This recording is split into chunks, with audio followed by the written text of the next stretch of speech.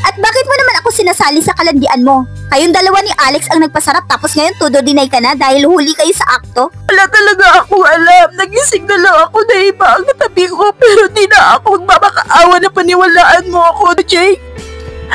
Akala ko totoo kang may tiwala sa akin. Di ko alam kung paano mag-explain at kung paano ko sasabihin sa'yo ngayon para paniwalaan mo ako. Dahil dyan mo sa best friend mo naniniwala at nagtiwala. Bago ako magpatuloy, pakipindot ng subscribe button kung di ka pa nakapag-subscribe. Bago pa naging sila ni Jake at Sally ay mag-best friend na sila Jake at Samantha simula high school. Walang girlfriend na nagtagal kay Jake dahil laging umeeksena si Samantha, na para bang ayaw niyang masapawan ang pagiging mag-best friend nila, at mapunta ang atensyon ni Jake sa iba.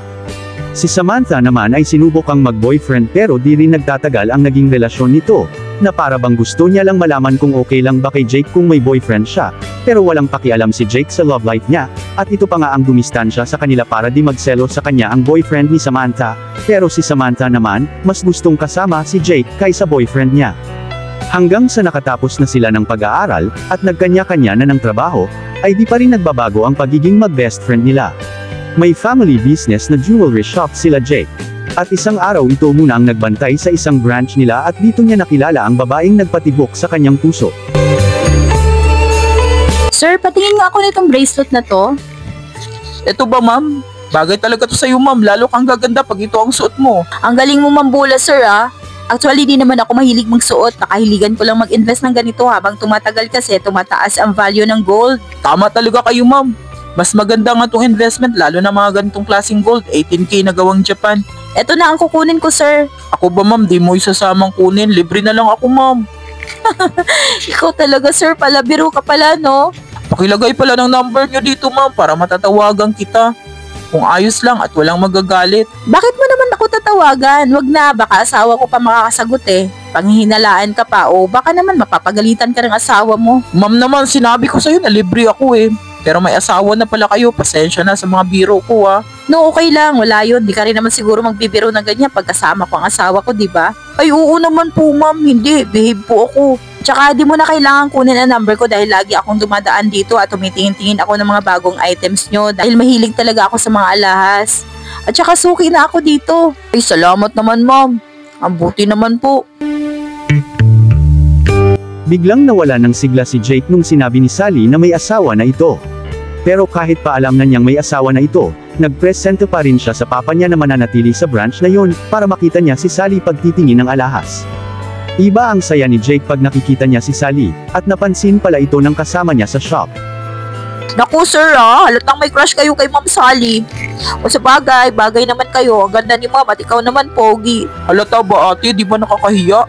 Nahalata din kaya ni Sally, buti na lang di niya kasama ang asawa niya pag pumupunta dito. Uy sir, wala pa yung asawa. Dati may kasama siya lagi, boyfriend niya, pero matagal na silang break. Yan yan nagtatrabaho sa bangko, alam ko dahil dyan din nagtatrabaho ang pinsan ko at siya nga ang nagsabi kay Sally na dito bumili ng alahas para siguradong legit. Nagtaka na lang si Jake kung bakit nagpakilala itong may asawa na, iniisip niya na baka di siya nito type kaya ganun ang sinabi. Pero di ito nang hinaan ng loob, lalo siyang na-challenge at gusto niya itong makilala pa ng gusto. Kaya nung hapon na pumunta si Sally sa tindahan ay inimbitahan niya ito ng dinner, buti at napapayag niya ito dahil sinabi niya na treat niya dahil suki na ito sa shop nila.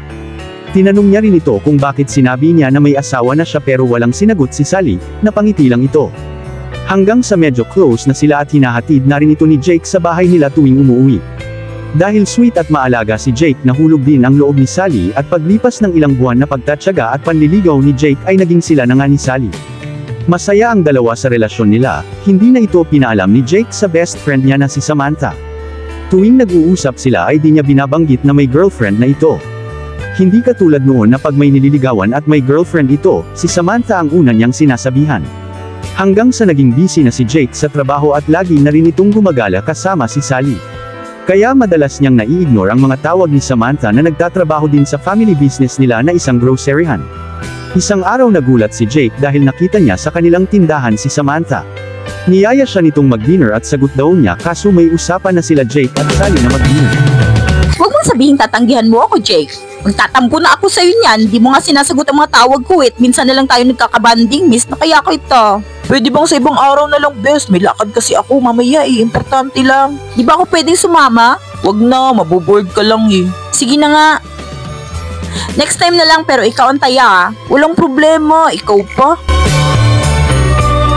Masayang nagkikwentuhan sila Jake at Sally habang kumakain sa paborito nilang restaurant nang biglang dumating si Samantha, sinundan pala sila nito. Can I join?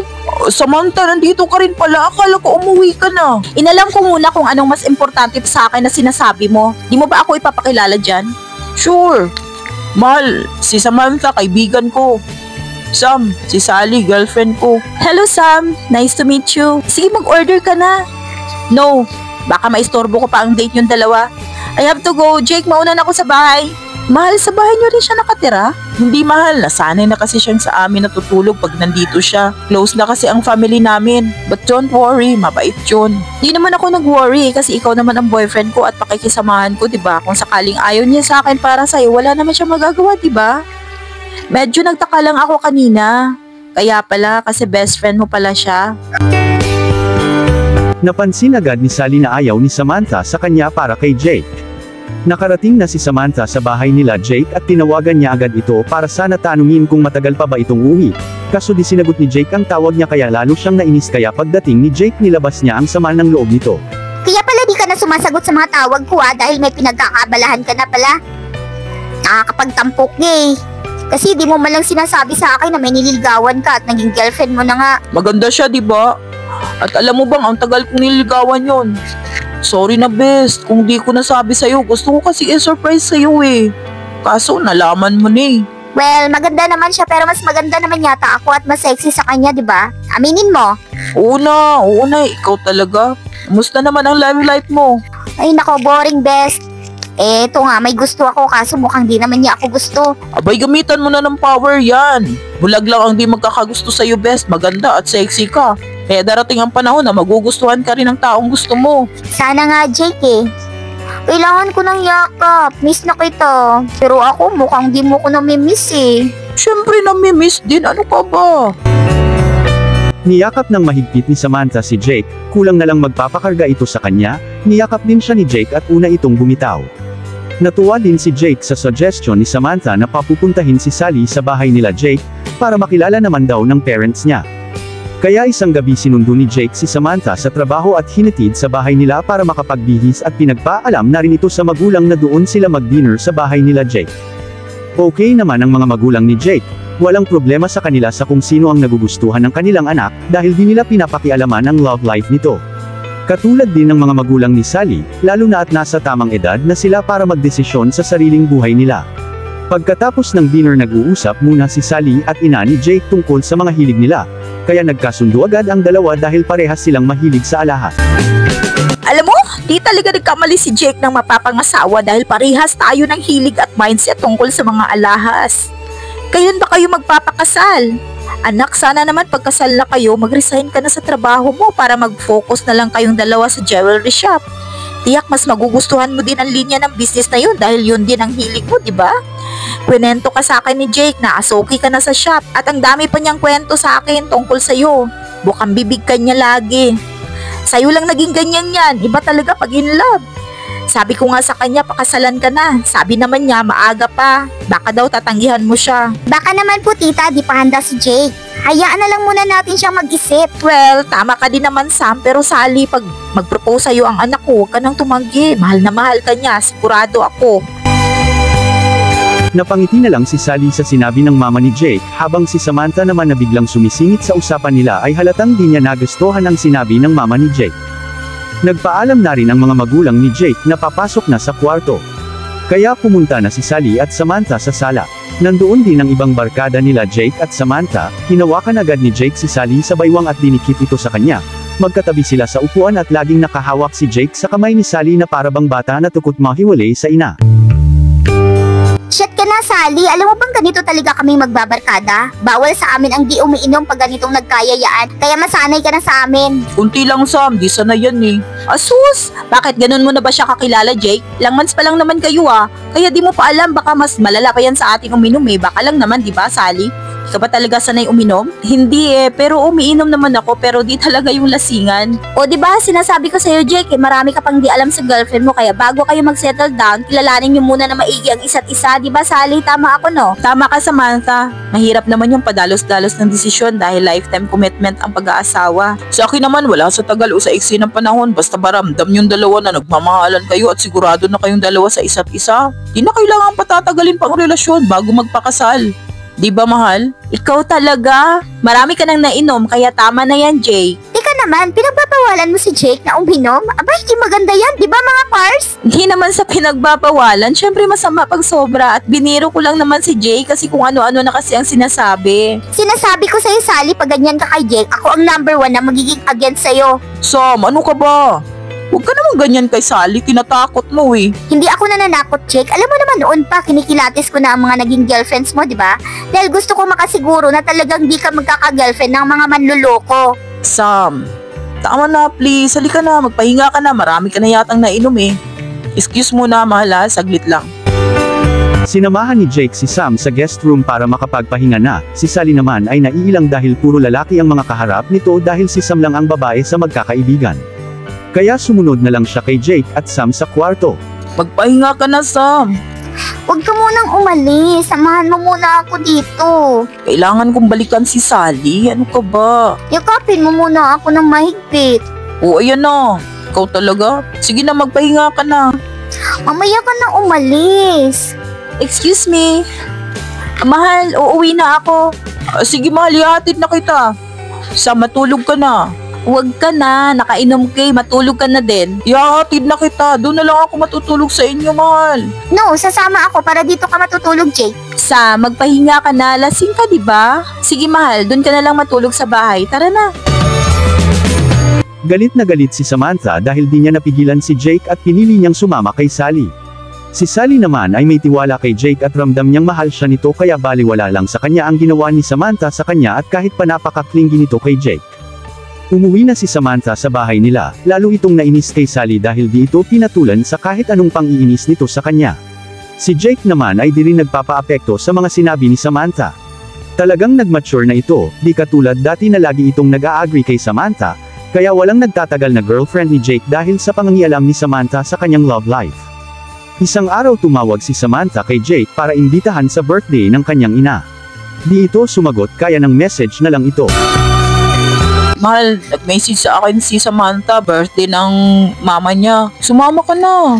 Parang magulang na rin ang turing ko sa kanila at gusto ko makilala ka rin nila. Sige na, please. Isang araw lang naman, wala ka naman pasok nun, Sunday naman yun eh. Sige na nga. Ako ang magpapaalam kina tita at tito. Okay, ikaw ang bahala, malakas ka naman dun eh. Dahil sa pakiusap ni Jake kaya sumama si Sally sa birthday party ng mama ni Samantha. Pagdating nila Jake sa party nagulat si Samantha dahil kasama nito ang girlfriend. Agad naman itong lumapit kay Jake, humulik at humawak agad ito sa braso.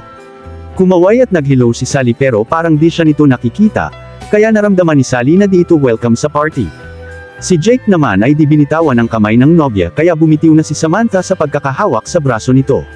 Pinakilala ni Jake si Sally sa parents ni Samantha at sa iba pang kakilala niya. Natutuwa naman si Sally dahil napaka-sweet ni Jake, di talaga siya nito iniwan, kulang na lang kahit sa pag-CCR nito ay isasama siya. Pagkatapos ng party nagpaalam na silang dalawa na uuwi na, pero pinigilan sila ni Samantha. Best naman, minsan ka na nga lang makakapunta dito eh, sulitin mo na. Mag-night swimming tayo dun sa lagi natin pinupuntahan nung college tayo kasama ang mga barkada natin noon. Namimiss ka na rin nila eh. Mahal, okay lang ba sa'yo? Sige, pagbigyan mo na. Nakikita ni Sally na di natutuwa si Samantha dahil siya ang pinadesisyon nito kung sasama ba. Kahit ayaw sana ni Sally pero pinagbigyan na niya ang nobyo, natutuwa naman siya dahil siya ang pinagdesisyon nito, at ayaw niyang sabihin nila Samantha na KJ siya at under niya si Jake kahit magsyota pa lang ang mga ito. Nagustuhan naman ni Sally ang lugar, napakaganda at masarap nga tambayan, nakaupo sila sa dalampasigan ni Jake habang nakasandal siya sa dibdib nito, at nakayapos naman ang isang braso ni Jake sa kanya. Ito ang eksena na ayaw makita ni Samantha kaya agad niyang dinastorbo ang magkasintahan. Ano ba yan? Di ba kayo nagsasawa sa kaswitan nyo? Ikaw talaga, istorbo ka sa moment namin, malalaman mo rin pag mai-inlove ka na. Asus, umpisa lang yung kaswitan na yan, magsasawa din kayo sa isa't isa. Dali na, shot na! Ikaw, maghinay-hinay ka na sa pag-inom, Sam. Tumatanda na tayo. Naku, nagsalita eh. Ikaw nga ang nagturo sa akin uminom eh. Uy, hindi ah. Sa'yo ka mo ako natuto. Alam mo kasi dati, mahal, di talaga ako uminom pero dahil sa kanila natuto ako. Ayos lang naman yan, mahal. Pati yan ng buhay at ng kabataan. Kaya lalo akong napamahal sa'yo dahil napaka-understanding mo at open-minded. Asus, bulero ka talaga. Ang saya ng kwentuhan ng magbabarkada pero di nakaramdam ng pagka-okay si Sally dahil magaling si Jake magdala ng usapan na nakaka-relate din ang nobya sa topic. Kaya masaya din si Sally na nakisali sa usapan nila. Lumalalim na ang gabi at medyo lasing na sila, tanging si Sally na lang ang di nalalasing dahil di nila ito napipilit na uminom. Di naman napigilan ni Sally si Jake na uminom dahil may sinasabi na naman si Samantha. Ang kubo na kinuha nila ay may 2 kwarto na tulugan, kaya dinala na ni Sally si Jake doon sa 1 kwarto dahil lasing na ito, para makapagpahinga. Mahal, matulog ka na muna ha, okay? Di ba sabi ko sa'yo, Sally, wag mong pigilan si Jake? Eh gusto pa niya eh. Ito pa oh, bes. Shot pa oh. Samantha, nakita mo naman na halos di na niya kayang maglakad. It's okay, mahal. Kaya ko pa naman at wala namang problema dahil dito tayo matutulog eh. See? Wala nga naman problema, Sally, kaya wag ka na makialam. Sumama ka pa kasi kay Jake eh, di ka naman invited. Kahit pabulong na pagkasabi ni Samantha yung huling salita ay narinig pa rin yun ni Sally pero di na niya ito pinatulan kahit biglang nag-init ang dugo niya sa narinig. Lumabas na lang muna siya sa kwarto para ma-relax ang isip niya at di niya mapatulan si Samantha. Habang nakaupo sa buhanginan nilapitan siya sa isa sa barkada nina Samantha at Jake. Hi Sally, nasaan na si Jake? Medyo nalasing na eh, iniwan ko muna para makapagpahinga naman. Pero babalik na rin ako doon. Kakarating ko lang eh, ayaw mo ba akong kakwentuhan? Alex pala, baka kasi nakalimutan mo na ang pangalan ko. Ang dali talagang malasing ni Jake, di pa rin nagbabago. Ang swerte ni Jake sa iyo ah, napakaganda at sweet mo pa sa kanya. Thanks Alex, excuse mo na. Bumalik na agad si Sally dahil umiiwas siya sa mga barkada ni Jake dahil mga lasing na rin ito. Nagsisituloy siya kung bakit pa siya sumama kay Jake at iniisip niya na sana di na lang siya pumayag na pumunta pa sila sa lugar na yun. Pagbalik niya sa kwarto nakita niyang naka 2-piece bikini na lang si Samantha dahil hinubad na nito ang suot niyang beach dress. Sumayaw sila ni Jake, at dahil lasing na si Jake nakatungo na ang mukha nito at nakasubsob sa dibdib ni Samantha. Maganda at sexy si Samantha at pinagpapala din ng dibdib dahil halos bumigay na ang kanyang bikini top sa bigat at laki nito. Parang sinasadya pa niyang isub-sub si Jake sa dibdib niya. Gustong magwala ni Sally sa nakita pero pinigilan niya ang sarili niya dahil lasing si Jake kaya pasimple niya nalang kinuhanan ng picture ang mga ito. Samantha, lasing na si Jake, huwag mo nang piliting isayaw yan at ilayo mo naman ang dibdib mo sa mukha niya, baka di na yun makakahingi. Naiingit ka ba dahil wala ka neto? Tingnan mo naman si Jake oh, nag-i-enjoy siya sa malambot kong dibdib.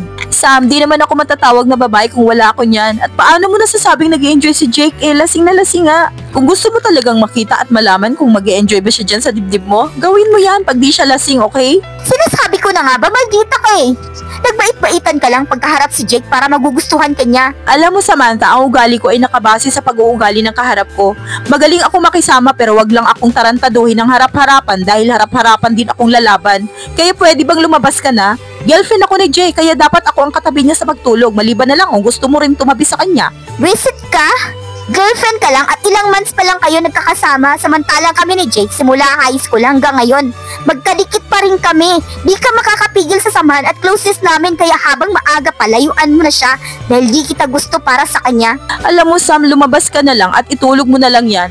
Bakit? Wala ka nang masasabi? Alam mo Sam, di naman ako nakikipagkompetensya sa samahan nyo eh. Kaya nga nandito kami ni Jake dahil nirespeto ko ang samahan at pagkakaibigan nyo dahil ayokong pigilan siyang mag-enjoy kasama kayo. Di naman sana ako sasama dito kung di ako pinilit ni Jake eh. Kung di mo ako gusto para kay Jake, fine, sabihin mo sa kanya. Utusan mo siyang layuan ako.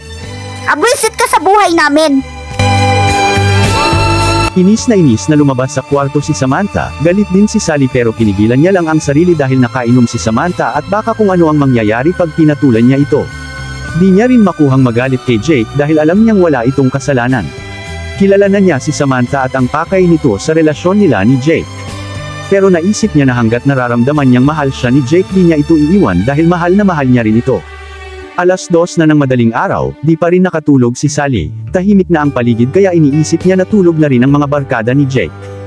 Kinaumagahan nagising si Sally sa lakas ng katok sa pinto pero nagulat siya dahil pagbukas niya nakita niya si Jake.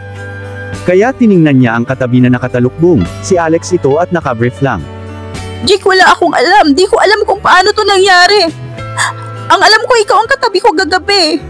God knows, nagsasabi ako ng totoo. Hindi ako lasing, kaya alam na alam ko ang nangyari. Pare, sorry, di namin napigilan ang sarili namin eh.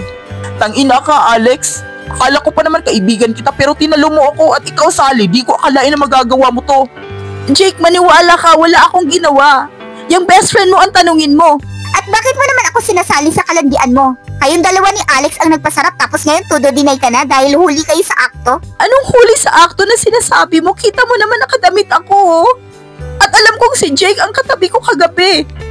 Huwag ka na magkunwari pa, Samantha, na wala kang alam. Sinet up mo ako para magmukhang masama at malanding babae. At iiwan ako ni Jake dahil yan naman talaga ang pakay mo, diba?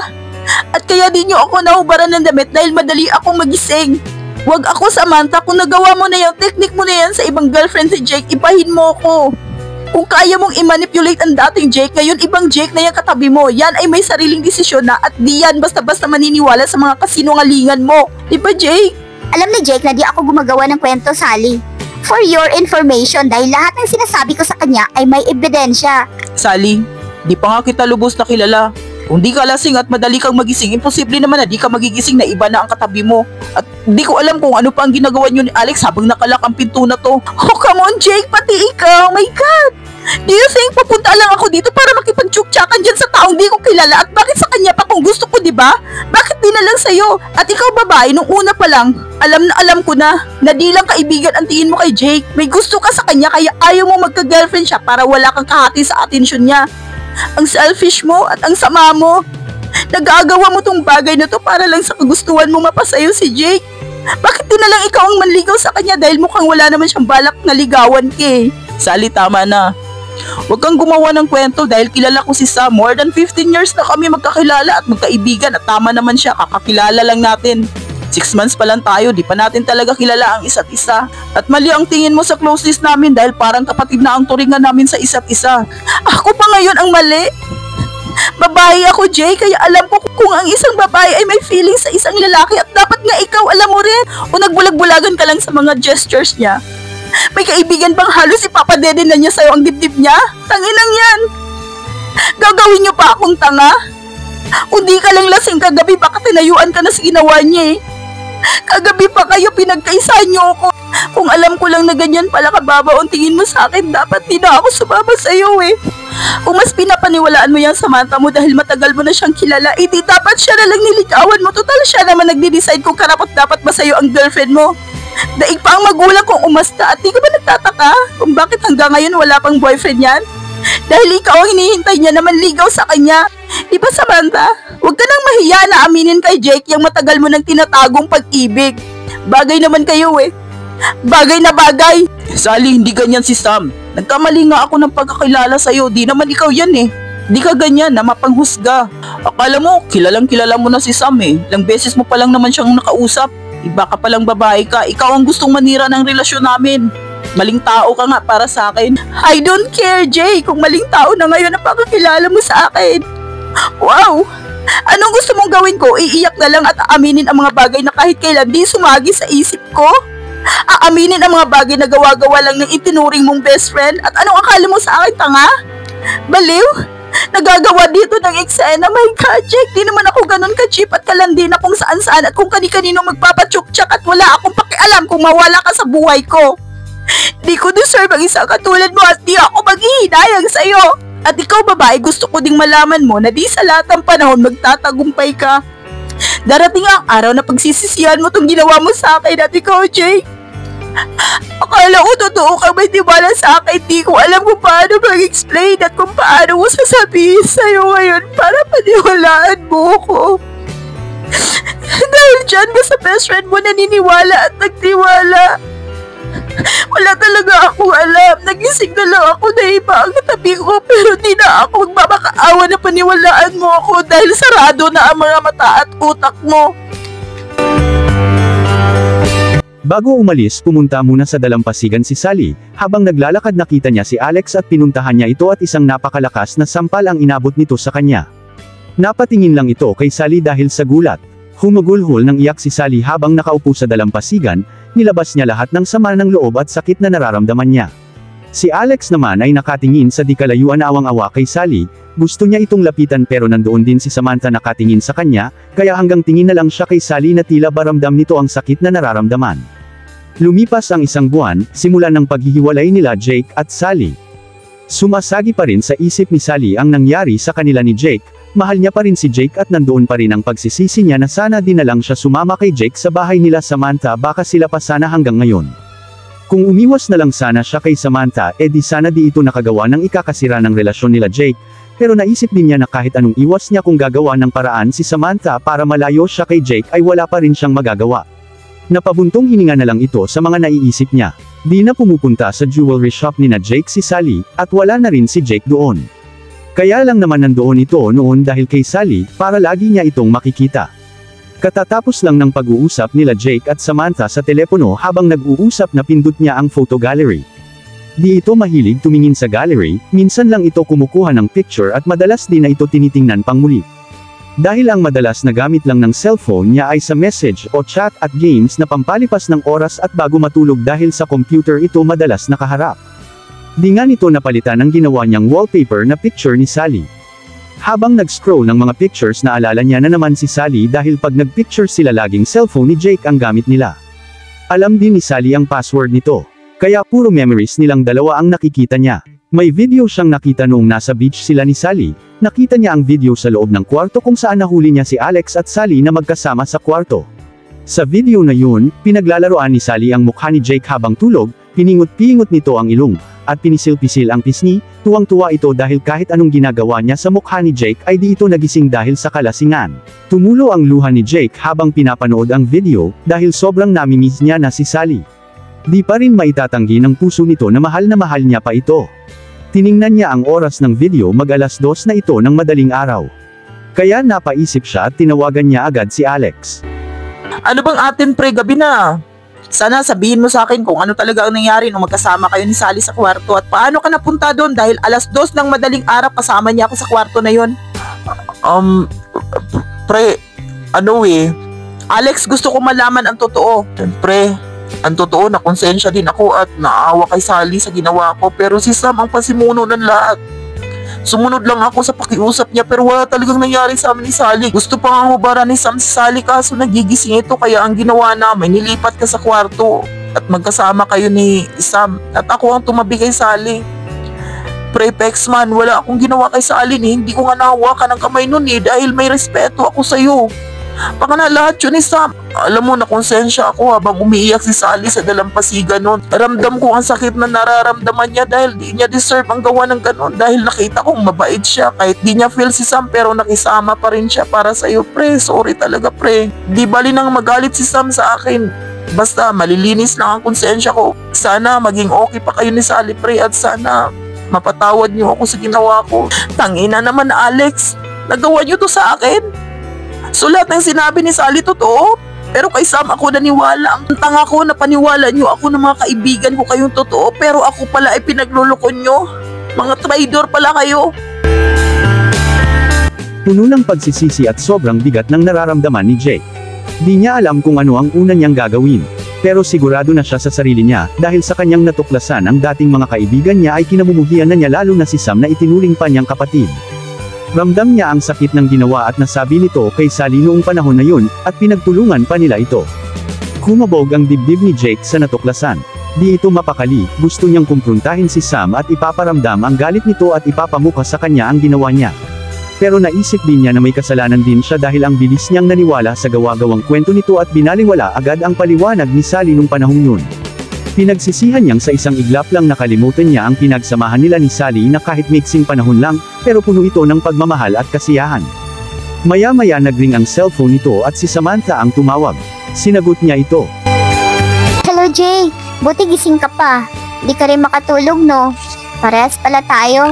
Oo iniisip ko kasi si Sally kung kumusta na siya.